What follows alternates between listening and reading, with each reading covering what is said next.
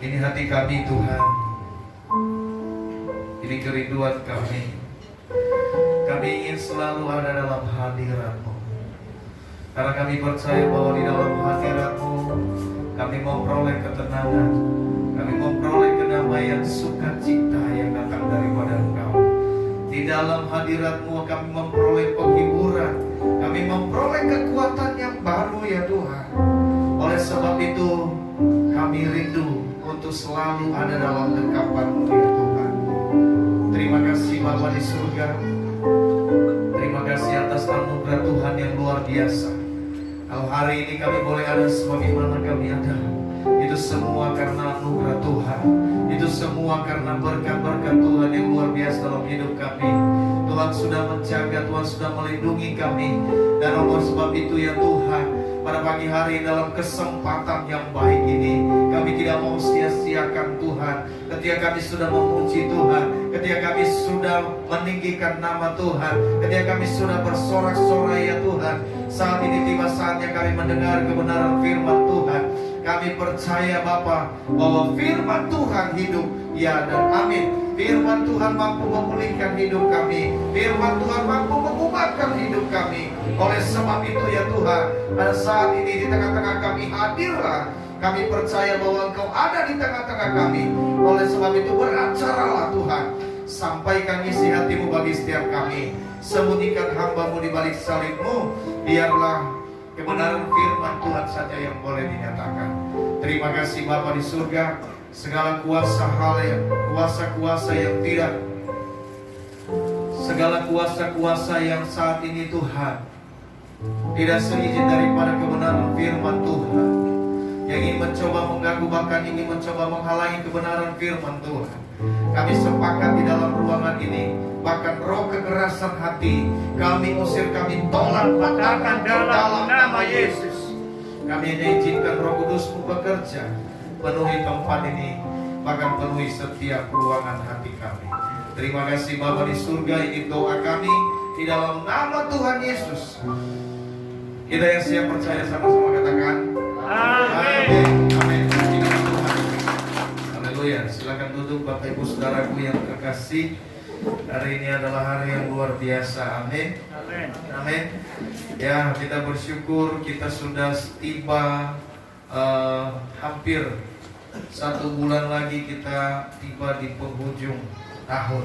Ya, nah, saudaraku yang terkasih, ini adalah satu hal yang luar biasa.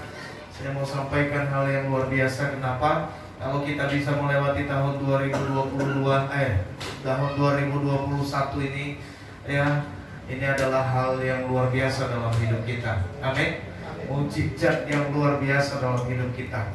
Karena ada banyak saudara-saudara kita, mungkin saudara tidak sempat untuk melewati tahun 2021 ini. Tapi kita percaya, ya, orang-orang yang mati-matinya di dalam Tuhan, saudaraku, ya, Allah sangat mengasihi mereka.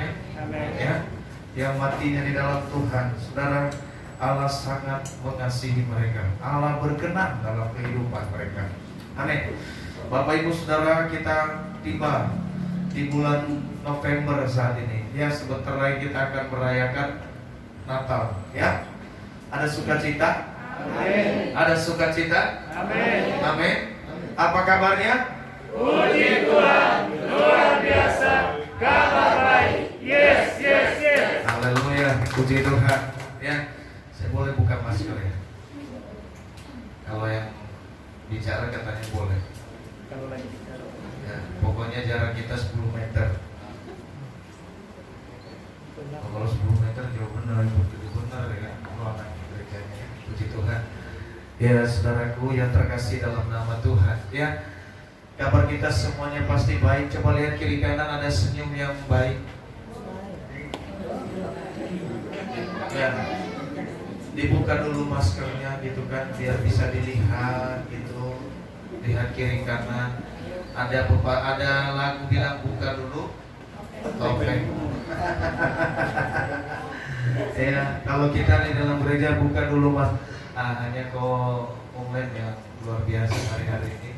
Ya, tanpa masker.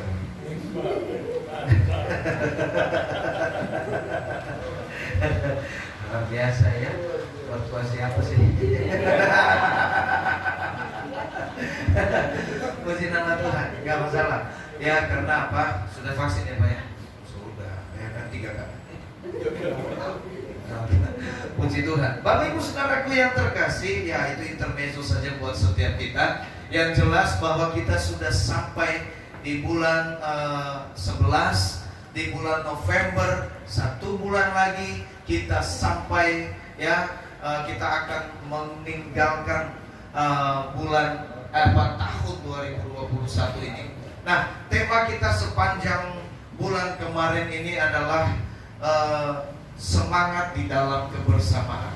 Amin. Semangat di dalam kebersamaan. Selama 1 bulan kita belajar tentang semangat dalam kebersamaan. Saudaraku yang terkasih, yang semakin kita bersama-sama di dalam Tuhan, maka kita akan semakin kuat. Amin. Itu intinya yang kita pelajari selama 1 bulan kemarin, bahwa ada kerjasama yang baik di antara kita, maka tidak ada yang mustahil. Ya, ada kerjasama yang baik di antara kita, maka kita akan menjadi kuat. Ya, kita akan menjadi kuat. Iman kita akan semakin bertumbuh. Iman kita akan semakin naik. Ya, di hadapan Tuhan. Ya. Kenapa? Ketika kita ada di dalam satu persekutuan, di dalam satu kebersamaan yang luar biasa, saudaraku yang terkasih, kita akan saling mendukung satu dengan yang lain. Dari yang tidak tahu kita menjadi tahu. Ya, dari yang tidak paham kita menjadi paham. Kenapa? Karena kita, saudaraku, belajar satu dengan yang lain. Itulah sebabnya, ya. Itulah sebabnya tema di bulan Oktober itu sangat luar biasa sekali. Dan saya lihat kebersamaan kita sudah semakin luar biasa sekali. Ya, ya, kaum pria semakin luar biasa. Dan saya nggak tahu tadi nggak ada. Kemarin waktu kaum pria hari kami sudah latihan. Hari ini kalau nggak maju ya, ya, belum tampil. Mungkin nanti disiapkan untuk minggu depan. Apa ibadah kedua? Ayah puji Tuhan. Supaya ibadah kedua prianya semua tetap standby. Ya, Pak Eko nggak boleh pulang. Ya, puji Tuhan. Nah, saudaraku yang terkasih, ini yang harus kita lihat dalam hidup ini. Ada satu hal yang harus luar biasa kita lakukan, yaitu kerjasama. Tanpa kerjasama, saudara, ya, dimanapun, baik di dalam rumah tangga, baik dalam organisasi maupun di dalam gereja, kalau tidak ada kerjasama, maka hancur. Ya, kalau tidak ada kerjasama, maka tidak baik. Oleh sebab itu, kalau di dalam rumah kita masih ada yang bisa kerjasamalah. Amin. Tapi saya percaya semua bisa kerjasama. Amin. Ya, apalagi kalau kerjasama cari uang. Ya, kalau yang namanya duit kita sama. Kecuali cari Tuhan, biasanya kamu aja dulu lah. Ya, nanti saya belakangan. Ya kan? Biasanya begitu. Kalau cari uang sih oke, ayo sama-sama. Kalau cari Tuhan, mak dulu deh, ya, atau situ dulu, atau suaminya dulu, ya, suaminya ayo maju, kamu berangkat lah, ya, saya jaga rumah. Ya, saudaraku yang terkasih, tapi di sini tidak ya, ya, semua kerjasama di sini, ya, istrinya pergi, suaminya hadir, gitu ya, puji Tuhan. Di sini nggak ada, ya. Puji nama Tuhan. Nah, ini yang perlu kita tekankan dalam hidup kita adalah kerja sama. Nah, saudara, di bulan ini kita akan belajar, ya. Di bulan ini kita akan belajar bagaimana kita hidup dalam kerendahan hati. Memang sudah pernah kita bahas tentang apa? Tentang hidup dalam kebersamaan. Semangat dalam kebersamaan itu harus ada yang namanya kerendahan hati. Tetapi di bulan ini kita akan lebih bahas lagi secara spesifik, secara detail tentang kerendahan hati itu.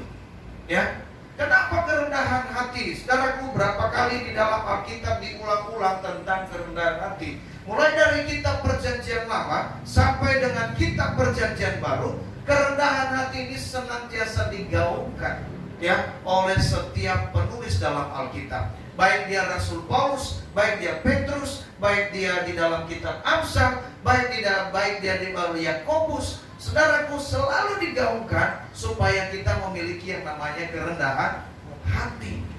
Ya, Bapak Ibu saudaraku yang terkasih, sebelum kita masuk dalam kebenaran firman Tuhan, sebelum kita lebih lanjut, kita mau buka dulu Alkitab kita. Bawa kita semua. Ya, kita buka dulu di dalam Yakobus pasal 4 ayat 1 sampai dengan ayatnya yang ke-10.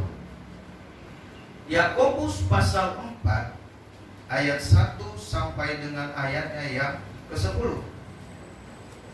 Sudah dapat? Kalau sudah dapat katakan amin.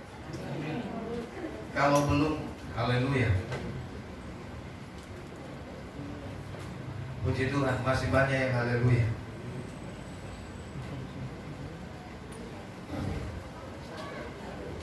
Sudah dapat? Saya menunggu yang buka Alkitab, gak apa-apa ya, supaya tidak sia-sia bawa Alkitab. Yakobus itu ada di perjanjian lama, perjanjian dekat Amsal.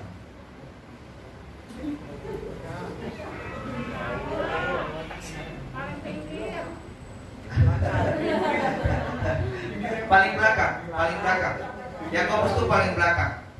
Ya, Yakobus itu paling belakang sekali dekat Petrus. Ya, oke. Boleh dibantu? Pokoknya boleh bantu. Boleh bantu. Biar dapat. Biar sama-sama. Saya menunggu masih ada. Ya. Ada yang luar biasa sekali. Sudah dapat? Sudah. Padahal dia nggak buka. Nah, haleluya. Sudah ya? Itu pasal 4. Amin. Puji Tuhan. Ya, kita biar sama-sama nanti kita pulang sampai ke rumah dibilang mana ya firman Tuhan tadi ya. Jadi kita lupa.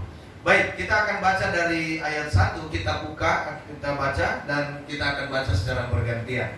Ya. Judul perikopnya adalah hawa nafsu dan persahabatan dengan dunia.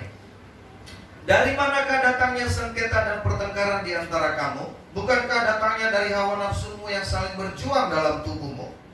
Kamu menginginkan sesuatu, tetapi kamu tidak mendapatkannya. Lalu kamu menunggu, kamu dinanti, tetapi kamu tidak mencapai tujuanmu. Lalu kamu bertengkar, karena kamu berkelahi, kamu tidak memperoleh apa-apa, dan kamu tidak berdoa. Atau kamu berdoa juga, tetapi kamu tidak menerima apa-apa, karena kamu salah berdoa. Sebab yang kamu minta itu hendak kamu habiskan untuk memuaskan hawa nafsu. Hai kamu orang-orang yang setia, tidakkah kamu tahu bahwa persahabatan dengan dunia adalah musuh dengan Allah? Jika merasa yang menjadi sahabat dengan ini, ia menjadikan dirinya musuh Allah. Ayat 5. Janganlah kamu menyangka bahwa kitab suci tanpa alasan berkata, roh yang ditempatkan Allah di dalam diri kita diingininya dengan cemburu. Tetapi kasih karunia yang dianugerahkan kepada kita lebih besar daripada itu. Hal itu dia katakan, Allah menentang orang yang curang, mengasihi orang yang benar.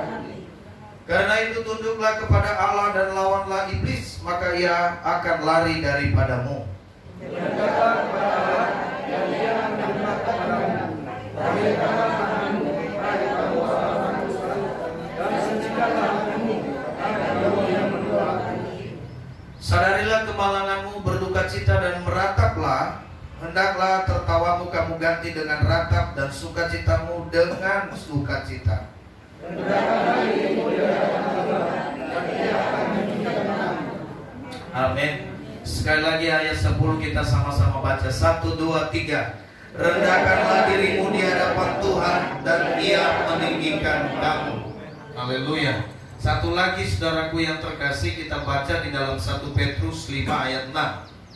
Di sebelahnya. Jangan pergi jauh-jauh. Di sebelahnya. 1 Petrus 5 ayat 6.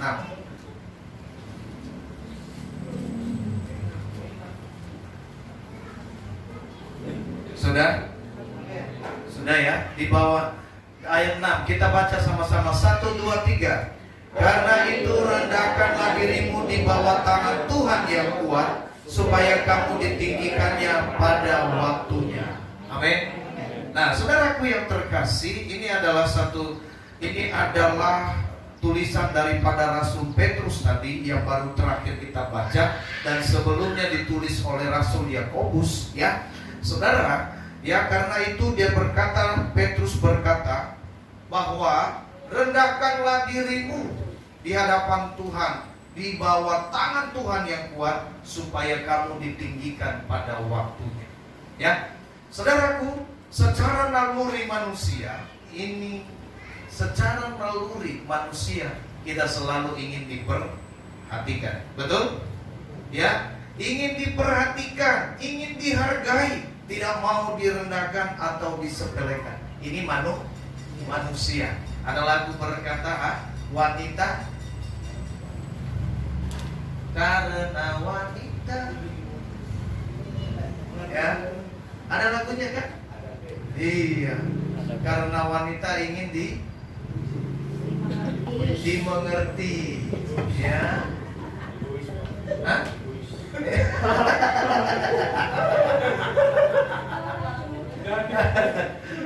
Ya, karena wanita ingin dimengerti. Itu satu lagu yang luar biasa loh, ya. Sempat membumi dan wanita semua naik daun waktu itu.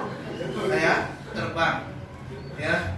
Kenapa? Karena apa? Lagunya aja ingin dimengerti loh. Anda, ya. Nah, saudaraku, ini yang tanpa kita sadari secara naluri manusia, kita ini selalu ingin diperhatikan, betul? Kita ini selalu ingin dihargai, selalu ingin tidak mau disepelekan, ya. Yang tidak mau direndahkan atau dipandang sebelah mata. Ya, secara naluri manusia kita. Karena manusia meninggikan diri, ya. Karena manusia meninggikan diri dan sulit untuk berhati-hati, ya.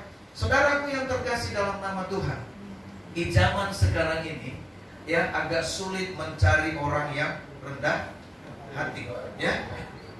Sulit menemukan orang yang rendah hati di zaman seperti ini. Kenapa? Saudara, kebanyakan orang berpikir begini, bahwa ketika saya rendah hati, orang berpikir bahwa kerendahan hati itu identik dengan kelemahan, ya, di mana pamor atau gengsi akan turun. Kebanyakan kalau orang sering mengalah, ya, itu artinya apa? Sering, saudaraku yang terkasih, itu tanda orang yang lemah, ya. Kalau orang yang mengalah, sering orang yang rendah hati itu identik dengan apa? Ya, orang yang tidak kuat, orang yang tidak mampu, ya. Orang yang rendah hati itu kita lihat, nanti, sehingga banyak orang menunjukkan kemampuannya, ya, bahwa dia juga mampu untuk marah, mampu untuk ngambek, mampu untuk apa lagi? Untuk membenci, ya. Saudaraku yang terkasih dalam nama Tuhan, kenapa kalau kita dalam identiknya kerendahan hati ini ketika kita lakukan, ya, pamornya turun, gengsinya turun, betul?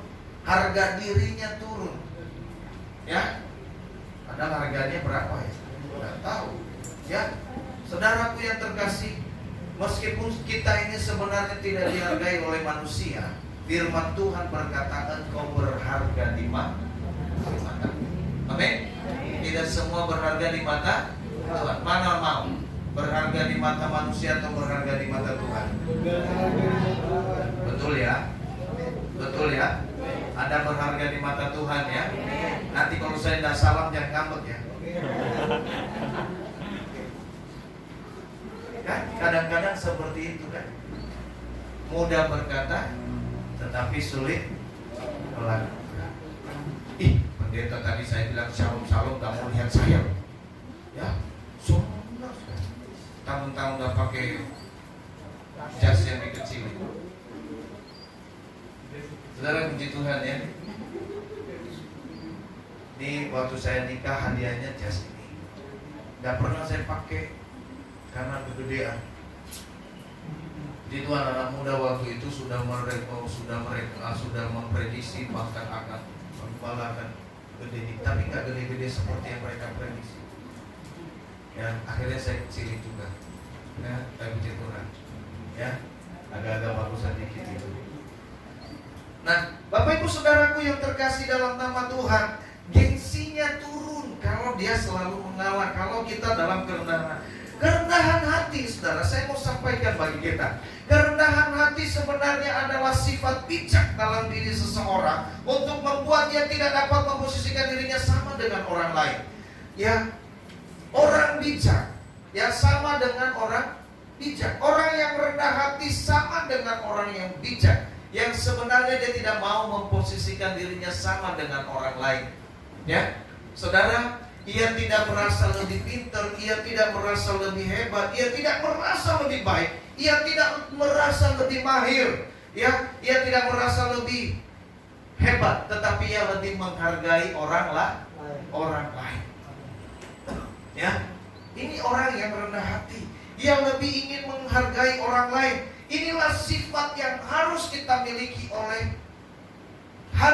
miliki sebagai pengikut Kristus. Ya. Bahkan Yesus sendiri di dalam kehidupannya dia berkata yang walaupun dalam rupa Allah tidak menganggap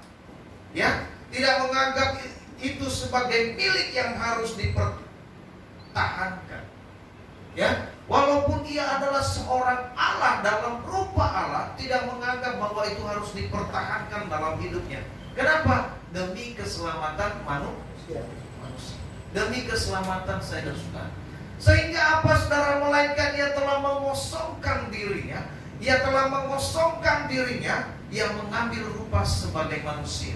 Dan sebagai manusia ia taat. Ya, sebagai manusia ia taat. Dan dalam keadaan itu ia harus menjalani apa yang harus dilakukan oleh manusia. Bahkan ia taat sampai mati di kayu salib.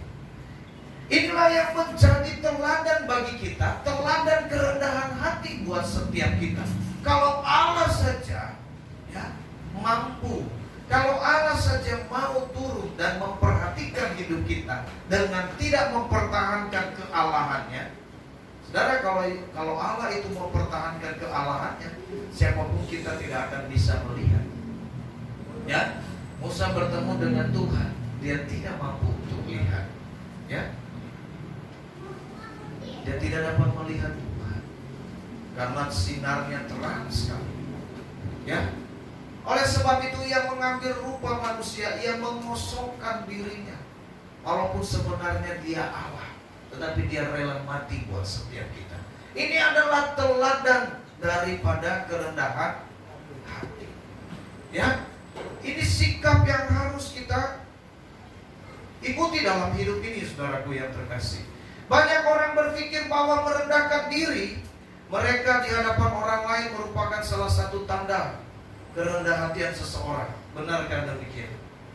Ya, saudara, mari kita belajar dari kebenaran firman Tuhan tadi, ya, yang kita baca. Beberapa hal penting yang harus kita ketahui, bahwa ketika kita mau hidup dalam kerendahan hati, itu adalah sebagai tanda bahwa pertama, kita baca dalam kebenaran firman Tuhan, ya, sebagai tanda pertama bahwa kita menaklukkan ego kita di bawah otoritas Tuhan.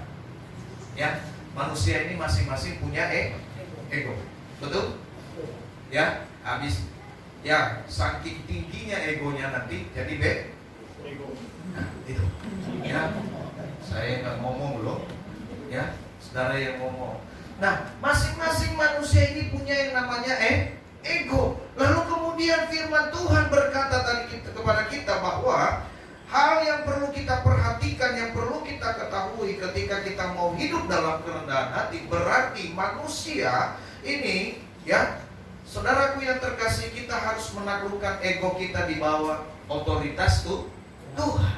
Di bawah otoritas Tuhan. Hal yang pertama harus kita lakukan agar dapat memiliki sikap rendah hati adalah mematikan keakuan. harus mematikan keakuan. Ya, harus mematikan keakuan. Kita harus menolak untuk menempatkan diri kita dan kepentingan kita sebagai prioritas utama. Sebaliknya kita harus selalu mendahulukan kehendak Tuhan dalam setiap hal apapun. Yakobus dia berkata begini ya, ayat 6-7. Tetapi kasih karunia yang dianugerahkannya kepada kita lebih besar daripada itu. Karena itu ia katakan, Allah menentang orang yang congkak, tetapi mengasihi orang yang rendah hati. Karena itu tunduklah kepada Allah dan lawanlah iblis, maka ia akan lari daripada.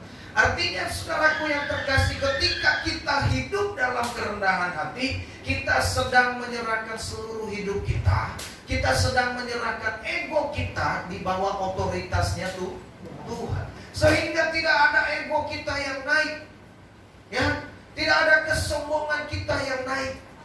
Karena apa? Firman Tuhan berkata Allah membenci orang yang congkak.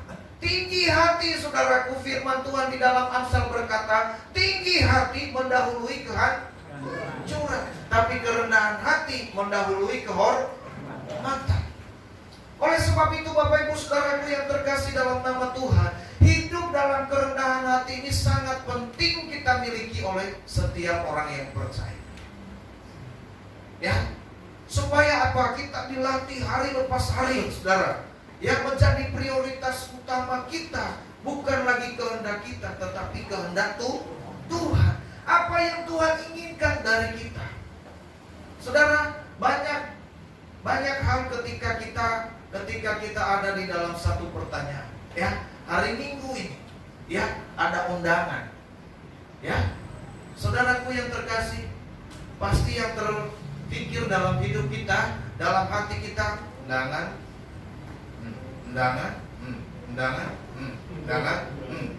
Mungnya apa? Belum tentu. Ya. Jadi yang jelasnya apa? Undang? Kadang-kadang seperti itu. Iya kan? Ada yang ketawa. Ya. Itu pengalaman. Ya. Kadang-kadang kita diperhadapkan dengan hal-hal seperti itu. Ya. Kondisi wanita emol, kondisi wanita emol, kondisi wanita emol, kondisi wanita emol. Ya kan? Molor maksudnya. Ya, molor. Ya, saudaraku yang terkasih, kita senantiasa diperhadapkan dengan hal-hal seperti, ya. Nah, kalau kita menuruti hati kita, berarti kita sedang menuruti ego.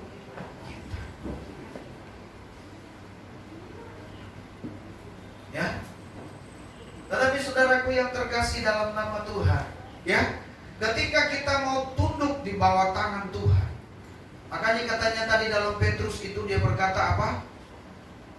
Di dalam Petrus tadi dia berkata, karena itu rendahkanlah dirimu di tangan Tuhan yang kuat, di tangan Tuhan yang kuat. Ya, bukan berarti kita menundukkan diri kita di bawah tangan, oh kita berarti di bawah tangan orang. Bukan, saudaraku yang terkasih. Ketika kita rendah hati, ketika kita hidup ini dalam kerendahan hati, kita sedang menaklukkan ego. Karena banyak keinginan dalam diri manusia ini. Terlalu banyak keinginan dalam diri manusia ini. Sehingga apa? Manusia acap kali tidak menemukan, tidak tahu apa yang harus dia lakukan terlebih dahulu. Karena terlalu banyak keinginan. Tidak tahu apa yang harus dia prioritaskan dalam hidup ini. Sehingga apa? Semuanya bisa terbengkalai. Ya. Karena ego. Semuanya pingin. Ya. Padahal kita harus selesaikan satu. Nah, Bapak Ibu Saudaraku yang terkasih dalam nama Tuhan. Ya. Inilah yang harus kita miliki sebagai orang percaya. Kita harus punya kerendahan hati. Sebab ketika kita punya kerendahan hati, artinya kita sedang tunduk di bawah otoritas Tuhan.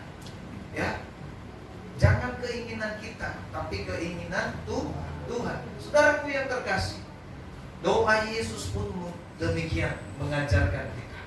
Dia berkata apa? Tuhan, kalau cawan ini boleh berlalu, boleh. Kalau cawan, artinya kalau bisa, kalau enggak ya enggak apa-apa, betul kan? Ya, dia tidak berkata zaman ini harus, tidak. Kalau boleh penderitaan ini boleh berlalu, tapi jangan kehendakku yang jadi, melainkan kehendakmu yang jadi. Saudaraku yang terkasih dalam nama Tuhan, ya, terkadang kita berdoa biarlah kehendakku yang jadi, tapi jangan kehendak Tuhan. Ya, sering sekali seperti itu kan, kita memaksakan kehendak kita. Pokoknya kehendak kita, ya, kehendak kita harus jadi. Hari ini kalau saya tidak mau ke gereja, itu kehendak saya. Wah, ya memang kehendak saya. Iya kan? Sebab kalau kehendak Tuhan pastinya kamu ke gereja. Hari ini saya mau ibadah kepada Tuhan, nah itu kehendak Tuhan. Sebab kalau nggak mau ibadah, itu bukan kehendak Tuhan, itu ego kita. Kalau saya percaya saudara, amin.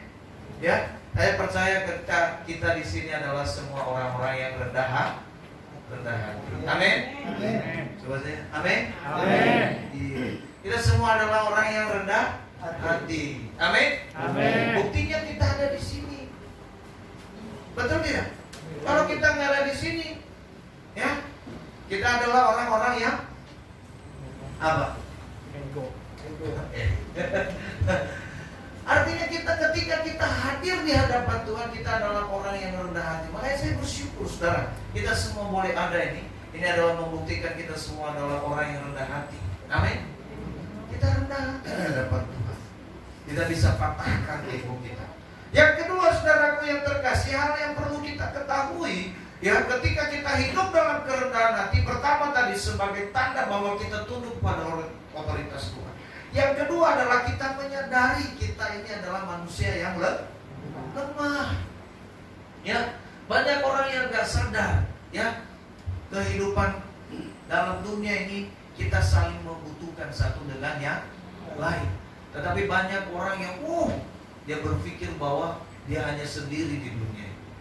Dunia serasa milik pribadi. Yang lain ngontrak, yang lain ngekos. Ya, dunia milik pribadi. Ya, saudaraku yang terkasih dalam nama Tuhan, padahal di dalamnya lemah. Ya, ada orang yang seolah-olah kuat, mampu, padahal kesentil dikit nangis, ngambek. Ya, kena omongan dikit mewek, kesaksian dikit enggak, beda kalau kesaksian dikit. Ya, kalau kesaksian nangis enggak apa-apa ya. Enggak. Maksudnya saudaraku yang terkasih, kita harus menyadari kelemahan kita. Kita harus tahu bahwa Tuhan, aku tidak sanggup, terkadang aku tidak mampu melewati semua ini. Oleh sebab itu kita jangan berkata bahwa seolah-olah kita adalah superpower, ya, superhero, pahlawan kesiangan. Ya, saudara, kita ini lemah. Percaya bahwa kita adalah orang yang berdosa. Kita adalah orang yang lemah, yang artinya hidup kita perlu Tuhan. Kita butuh Tuhan dalam hidup ini. Kita butuh Tuhan. Kita perlu mendekat kepada Tuhan. Ya, ada orang sampai berkata, aku sudah tidak butuh Tuhan. Loh, bagaimana hidupnya? Kalau dia bilang sudah tidak butuh Tuhan dalam hidupnya, ya, lalu dia butuh siapa dalam hidupnya? Ya, ini anak muda sering keluar kata-kata ini, ya, aku hanya butuh Engkau, ya, sebagai pendamping dalam hidup. Baik, luar biasa. Tuhan dulu, ya, harus ada dalam hidup kita. Ya, kita menyadari saudara, firman Tuhan di dalam Yakobus, dia berkata ayat 4 dan ayat 8, dia berkata, mendekatlah kepada Allah dan Dia akan mendekat kepadamu. Tahirkanlah tanganmu, hai kamu orang berdosa, dan sucikanlah hatimu, hai kamu yang mendua hati. Artinya saudara, kita harus menyadari bahwa kita ini orang yang membutuhkan Tuhan. Terkadang saudaraku yang terkasih, ya, kita sudah sudah berkunjung, sudah didoain, sudah diajak, tetapi tetap aja tidak mau. Kenapa? Saya bingung kadang-kadang, ya. Dia yang butuh Tuhan, apa kita yang butuh? Ya, apa Tuhan yang butuh dia? Saudaraku yang terkasih, kita harus menyadari sebenarnya Tuhan juga tidak butuh-butuh banget sama kita. Karena firman Tuhan berkata apa? Batu pun, kalau manusia nggak ada, batu pun bisa memuji Tuhan. Setiap alat pun bisa memuji Tuhan. Bahkan bangku-bangku pun bisa memuji Tuhan. Tapi jangan kasih kucing di atas.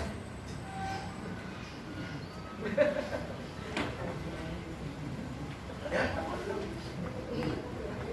Jadi saudaraku yang terkasih dalam nama Tuhan, ya, batu. Jadi siapa yang perlu dengan Tuhan? Siapa yang perlu dengan Tuhan? Kita atau Tuhan yang perlu dengan kita? Ya, tentunya kita yang perlu dengan Tuhan. Oleh sebab itu kita tidak ada yang namanya kita lagi dalam keadaan sombong, dalam keadaan tinggi hati.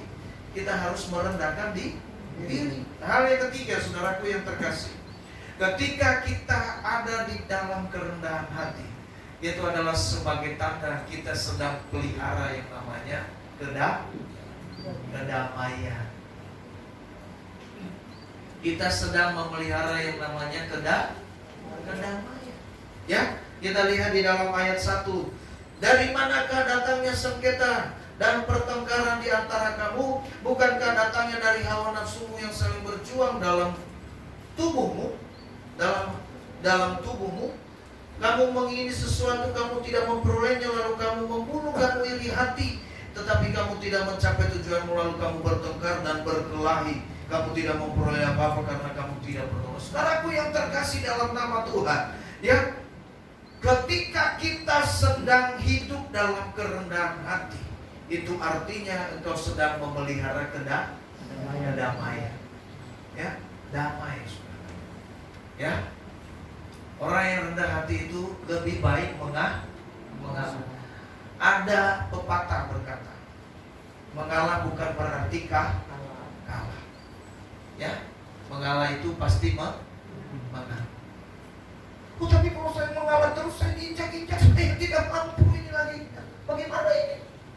Ya, Pak Pendeta bilang harus ngalah. Sampai kapan saya harus ngalah? Air mata saya sudah bercucuran, sudah habis, kering, tidak tersisa lagi.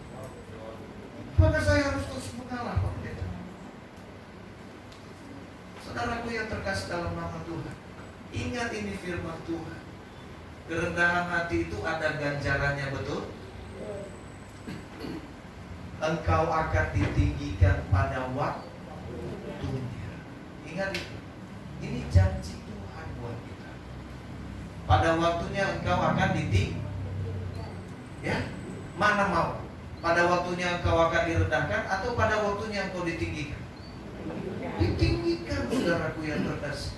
Itulah sebabnya Tuhan ajarkan kita untuk kita rendah hati, karena Yesus pun seketika dia begitu rendah di hadapan manusia, ia mati di Golgota, ia mati disalibkan, seketika lebih rendah daripada manusia. Saudaraku, lihat.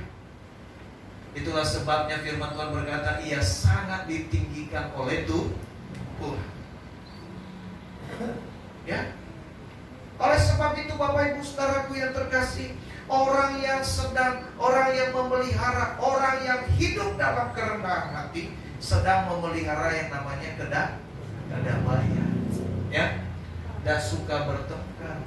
Ya, ketika sudah mulai emosi, nggak jadi deh. Ya, nggak apa-apa deh, kita berteman aja.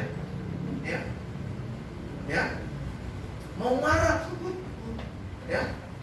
Padahal, ya, air matanya sudah kemana-mana, ingusnya sudah kemana-mana.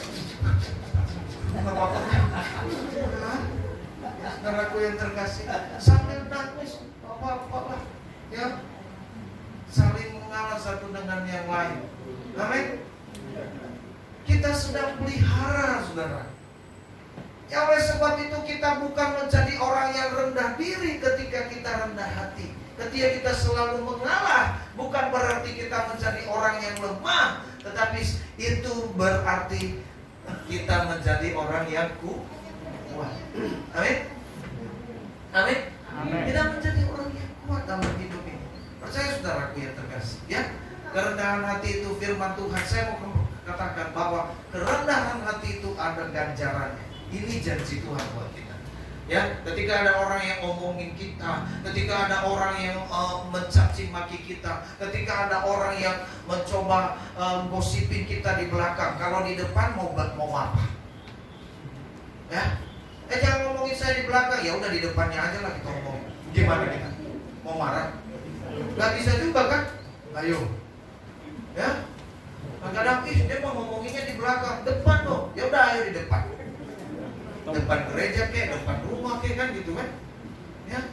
Saudaraku yang terkasih dalam nama Tuhan, kita juga tidak bisa marah sebagai anak-anak Tuhan. Ya, ketika kita dicaci, ketika kita diomongin yang tidak baik, ketika kita dibenci, ketika kita difitnah sekalipun, saudaraku yang terkasih dalam nama Tuhan, dia miliki kerendahan hati.